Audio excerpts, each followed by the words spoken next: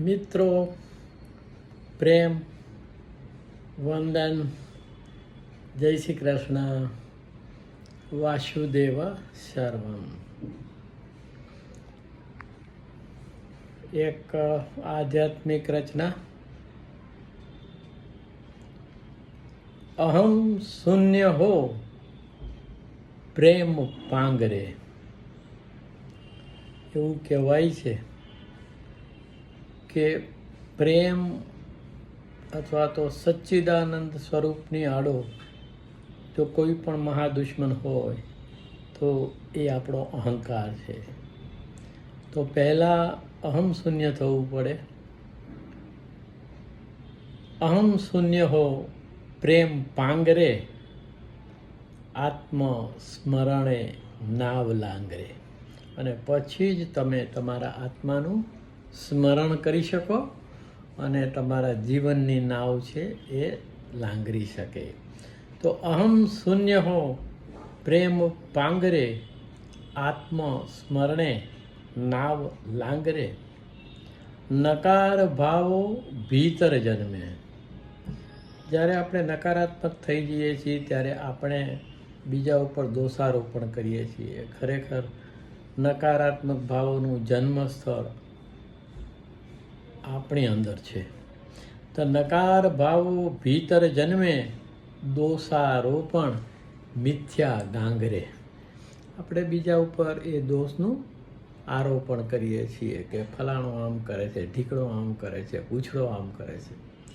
ખરેખર આપણે આપણી અંદર જોવાની જરૂર છે. તો નકાર ભાવો ભીતર જન્મે, દોષારોપણ મિથ્યા ગાંગરે. અહમ શૂન્ય હો પ્રેમ પાંગરે, આત્મ સ્મરણે નાવ લાંગરે. કે અનાવશ્યક ગપશપમાં, જેમાં લગભગ આપણો જીવનનો સમય જતો રહેતો હોય છે, બિનજરૂરી વાતચીત જેને કહેવામાં આવે છે, જે આપણો સમય ખાઈ જાય છે. તો અનાવશ્યક ગપશપમાં સમય ટીંગાડે તું કાંગરે. અનાવશ્યક ગપશપમાં સમય ટીંગાડે તું કાંગરે. અહમ શૂન્ય હો પ્રેમ પાંગરે, આત્મ સ્મરણે નાવ લાંગરે. એક મૌન ને શાંત બેસી જા. એક મૌન ને શાંત બેસી જા, ભજન કીર્તન મુખ બાંગરે. તો કંઈ ભજન કીર્તન કે બાંગ પોકારવાની જરૂર નથી. ઈશ્વર સર્વભૂતાનામ હૃદય અર્જુન તિષ્ઠતિ. એક મૌન ને શાંત બેસી જા, ભજન કીર્તન મુખ બાંગરે. મુક્ત યુક્ત છે તું પરમથી. તો આ ખરેખર સ્થિતિ છે કે આપણે ઈશ્વરથી યુક્ત જ છીએ. મુક્ત યુક્ત છે તું પરમથી, મમ મોહ અહમ ટાંગરે. તો જ્યાં મમતા, મોહ અને અહમ છે એને ખીંટીએ ટાંગી દેવાનો છે. તો આપણે ઈશ્વરથી યુક્ત જ છીએ.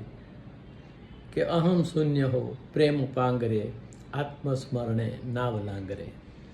પરમ તત્વ એક નિત્ય છે. પરમ તત્વ એક નિત્ય છે, ધર્મ ગ્રંથોમાં એ ઝાંખરે. તો ગમે તે ધર્મગ્રંથ વાંચો પણ પરમ તત્વ તો એક જ છે.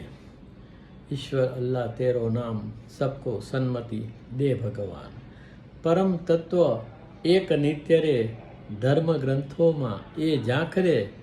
અહમ શૂન્ય હો પ્રેમ પાંગરે, આત્મસ્મરણે નાવ લાંગરે. પ્રેમ, વંદન, જય શ્રી કૃષ્ણ, વાસુદેવ સર્વમ.